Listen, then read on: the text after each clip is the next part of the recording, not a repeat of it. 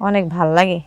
যেরকম আমার মনে হয় আমার দেবরের আমি কাছে পাইলে আমার হাজব্যান্ডের পাইছি, এরকম মনে হয়। তো এরকম করতে করতে একদিন আমি বলতেছি যে তোমার আমার অনেক ভাল লাগে। ভাবি কথা বলতেছেন আমার, আমি তো ভাবতেছি আপনার বলবো, কিন্তু ভয়ে বলি না। আপনি যদি ভাইয়ের বললে দেন আপনার আমার অনেক ভাল লাগে। তো আমি বলছি তাহলে তো ভালোই, আমি অনেক খুশি হইলাম যে তোমার আমার ভাল লাগে, আমারও তোমার ভাল লাগে। তো তাইলে চলো আমরার মতো আমরা বাসি। আর তোমার ভাই তো যে ভাই, যে যায়, বউ কি করলো না করলো কোনো খবরও নাই, হ্যাঁ কাজ হ্যাঁ করতেছে। ফোন দিলে বলে আসবো আসবো, সময় হইলে আসবো, সময় হইলে। আর সময় হইলে আসবে কখন? আমার যখন সময় তখন যদি তোমার না পাই, পরে পাই আমি কি করবো? তাহলে চলো তোমার বাইরে যেতে নাই, আমরা দুইজন মিলা একটু এনজয় করি। তো এরকম করতে করতে দেখা গেল যে দেবরের সাথে আমার একটা রিলেশন জড়াই গেল। দেবর আমার অনেক পছন্দ করে, আমি দেবর অনেক পছন্দ করি। এরকম করতে করতে অনেক দিন হয়ে গেল। তখন আমার হাজবেন্ড ফোন দিছে, বলতেছে কেমন আছো তুমি? বলতেছে হ্যাঁ ভালো আছি। কেমন ভালো আছি জানো না? তোমার ছাড়া কেমন থাকতে পারি? তুমি তো আমার কোনো খবরই নাও না, যে আমি কি চাই না চাই। আমার নিয়ে ভাবো তুমি? মানুষকে টাকা দিয়ে সব কিছু হয়? তুমি টাকার পিছনে পড়ে থাকো। আমার ভাবার টাইম নেই তোমার কাছে, আমার কোনো মূল্যই নেই। এরকম করতে করতে দেবরের সাথে চলতেছে অনেক দিন হয়ে গেছে। এখন হঠাৎ করে দেখি যে আমি প্রেগনেন্ট। তো আমার হাজবেন্ড তো 6 মাস ধরে আসে না বাড়িতে। 6 মাস ধরে বাড়িতে আসে না। ওই 6 মাস আমি আমার দেবরের সাথে মানে এনজয় করতেছি, চলতেছি, ফিরতেছি, খাইতেছি, এই একই। তো ওই 6 মাসের ধরে আমার হাজবেন্ড আসে না, আমারও মানে আমি বাচ্চা, আমারও 6 মাস, 6 মাসের বাচ্চা আমার পেটে, প্রেগনেন্ট আমি। তো বুঝতেছি না কি করবো। এটা তো আর শাশুড়ির কাছে বলতে পারি না। শাশুড়ির কাছে বললে শাশুড়ি বলবো যে আমার পোলা থাকে না 6 মাস বাড়িতে, তুমি আবার প্রেগনেন্ট কি নেই। আমি কাকুলি আক্তার, আমার বাসা হলো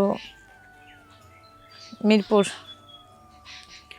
তো আপনাদের কাছে উপস্থিত কিছু কথা বলার জন্য দয়া করে মনোযোগ সহকারে শুনবেন।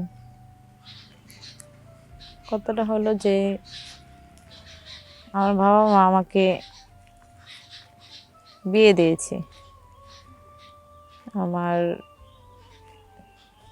হাজবেন্ড, এরা দুই ভাই, আমার হাজবেন্ড আর একটা আমার একটা দেবর, আর আমার শাশুড়ি। আমার শ্বশুর নাই। তো আপনার হাজবেন্ড চাকরি করেছে রংপুর, আর আমি বাড়িতে থাকি, আমার দেবর থাকে, শাশুড়ি থাকে। তো পরে আপনার একসাথে থাকি। সে মোট অনেকদিন যাবত আয় না, অনেকদিন পর পর একদিন আসে, মন চাইলে নাইলে নাই। তো এ কি এরকম করে কি মানুষ চলা যায়? তো এমনি চলতেছি, কী করবো, দেখি পরিস্থিতি কী হয়। তোমার শাশুড়ির সাথে থাকি, রান্না টান্না করি, খাই, মাই, এই একই সময়টা কাটাতেছি। তো এভাবে তো আর সময় কাটে না। মানুষের সবারই তো একটা মন মানসিকতা আছে। জামাইরে বলি যে তুমি আসো, আমার এখন সময় না, আমি কাজ করি, সারাক্ষণ কাজ নিয়ে ব্যস্ত থাকি। যে বউ কী করলো না করলো এগুলোর খবর নেই। ওইটা বোঝে না যে বউর তো একটা শারীরিক চাহিদা আছে, একটা মন বলতে কিছু আছে, ওইটা নিয়ে ভাবে না। এ শুধু তার কাজ নিয়ে থাকে। তো এরকম করতে করতে দেখা গেছে যে হ্যাঁ ও আসে না। এখন আমি কি করবো? আমিও তো একটা মেয়ে মানুষ, বুঝেনি তো, আমার তো আর এরকম বয়স হয় নাই। তো এরকম এক পর্যায়ে যায় এসে আমার দেবরের সাথে, মানে দেবরে দেখলেই আমার অনেক ভাল লাগে। প্রথম প্রথম এরকম হয়েছিল না, এখন হঠাৎ করে মানে আমার হাজব্যান্ড অনেক দিন ধরে আয় না তো বাড়িতে। তো মানে আমার দেবরের দিকে তাকাইলে আমার হাজব্যান্ডের চেহারা ভাইসা উঠে, অনেক ভাল লাগে। যেরকম আমার মনে হয় আমার দেবরের আমি কাছে পাইলে আমার হাজব্যান্ডের পাইছি, এরকম মনে হয়। তো এরকম করতে করতে একদিন আমি বলতেছি যে তোমার আমার অনেক ভাল লাগে। ভাবি কথা বলতেছেন, আমি তো ভাবতেছি আপনারা বলবো, কিন্তু ভয়ে বলি না। আপনি যদি ভাইয়ের বললে দেন, আপনার আমার অনেক ভাল লাগে। তো আমি বলছি তাহলে তো ভালোই, আমি অনেক খুশি হইলাম যে তোমার আমার ভাল লাগে, আমারও তোমার ভাল লাগে। তো তাহলে চলো আমরার মতো আমরা বাসি। আর তোমার ভাই তো যে ভাই, যে যায়, বউ কি করলো না করলো কোনো খবরও নাই। হ্যাঁ কাজ হ্যাঁ করতেছে, ফোন দিলে বলে আসবো আসবো, সময় এলে আসবো, সময় এলে। আর সময় এলে আসবো কখন? আমার যখন সময় তখন যদি তোমার না পাই, পরে পাই আমি কি করবো? তাহলে চলো তোমার বাইরে যেতে নাই, আমরা দুইজন মিলা একটু এনজয় করি। তো এরকম করতে করতে দেখা গেল যে দেবরের সাথে আমার একটা রিলেশন জড়াই গেল। দেবর আমার অনেক পছন্দ করে, আমি দেবর অনেক পছন্দ করি। এরকম করতে করতে অনেক দিন হয়ে গেল। তখন আমার হাজবেন্ড ফোন দিছে, বলতেছে কেমন আছো তুমি? বলতেছে হ্যাঁ ভালো আছি। কেমন ভালো আছি জানো না? তোমার ছাড়া কেমন থাকতে পারি? তুমি তো আমার কোনো খবরই নাও না, যে আমি কি চাই না চাই। আমার নিয়ে ভাবো তুমি? মানুষকে টাকা দিয়ে সব কিছু হয়? তুমি টাকার পিছনে পড়ে থাকো।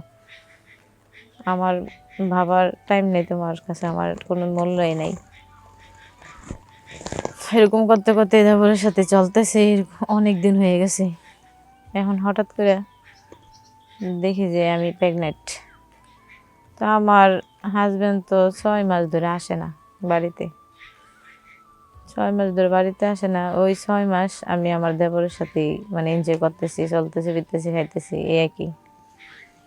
তো ওই 6 মাসের ধরে আমার হাজবেন্ড আসে না, আমারও মানে আমি বাচ্চাই মা, আমারও 6 মাস। 6 মাসের বাচ্চা আমার পেটে, প্রেগনেন্ট আমি। তো বুঝতেছি না কি করবো। এটা তো আর শাশুড়ির কাছে বলতে পারি না। শাশুড়ির কাছে বললে শাশুড়ি বলবো যে আমার পোলা থাকে না 6 মাস বাড়িতে, তুমি আবার প্রেগনেন্ট হোক কিবনে। তো কি করবো, ওইটা ভাইবা চিন্তা, অনেক ভাইবা চিন্তা আমার দেবরের বললাম যে দেখো, তোমার সাথে তো আমার অনেকবারই অনেক কিছু হয়েছে। তো এখন মানে হঠাৎ করে আমি প্রেগনেন্ট হয়ে গেছি, এই কথাটা তো আমি তোমার ভাইয়েরও বলতে পারি না, তোমার মারও বলতে পারি না। তো এটা কোন মুখ নিয়ে বলবো? যদি তোমার ভাই বাড়িতে থাকতো তাহলে আমি বলতে পারতাম যে এটা তোমার ভাইয়ের বাচ্চা। এখন তো তোমার ভাই বাড়িতে নাই, ভাই তো তোমার 6 মাস ধরে বাড়িতে নাই। 6 মাস পর পরে একবার আসে, আসলে নাইলে নাই। তোমার দেবর বলতেছে কয় যে যেটা হোক তুমি ম্যানেজ করো। এটা একটা কথা বললাম, আমি আবার কিভাবে ম্যানেজ করব? তুমি স্বীকার করো যেটা তোমার বাচ্চা। সমস্যা কি? এখনের মধ্যে তো এসব হয়।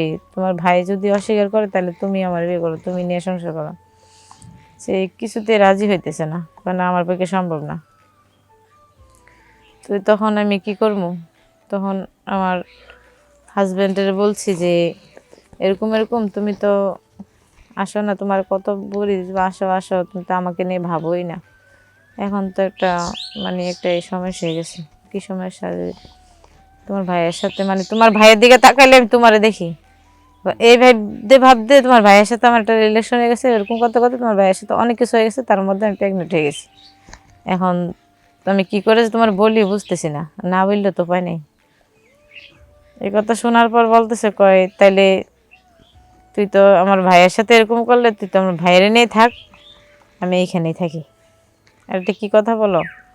তুমি তো শুধু দুঃখ টাকার পিছনে পড়ে থাকো, আমার নিয়ে তো ভাবার টাইমই নেই। তুমি একবার কি চিন্তা করছো? আমার তো একটা ইচ্ছা বাবা আছে, আমার তো একটা শারীরিক চাহিদা আছে। তো আসলে বলতে কি,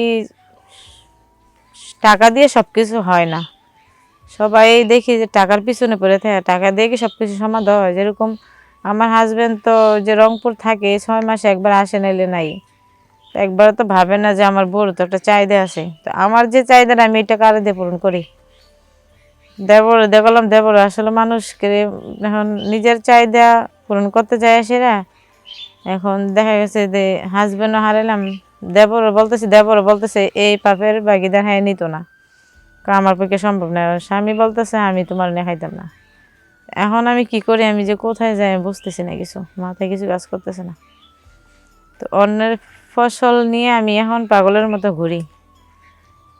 তো এ আর কি, যে নিজের শারীরিক চাহিদা পূরণ করতে যায় যে আমরা মেয়েরা যে মাঝে মধ্যে ভুল কাজগুলো করি, এইগুলা কিন্তু আসলে ঠিক না। ধৈর্য মুহূর্তর গুণ, ঠিক আছে? ধৈর্য ধরে থাকো, ধৈর্যর ফল অনেক মিষ্টি হয়। তো সকল বোনেরা বলতেছি যে আমি যে কাজ করছি ঠিক আছে, এরকম ভুল নিজের শারীরিক চাহিদা পূরণ করতে চাই তোমরা এরকম ভুল কেউ কইরো না।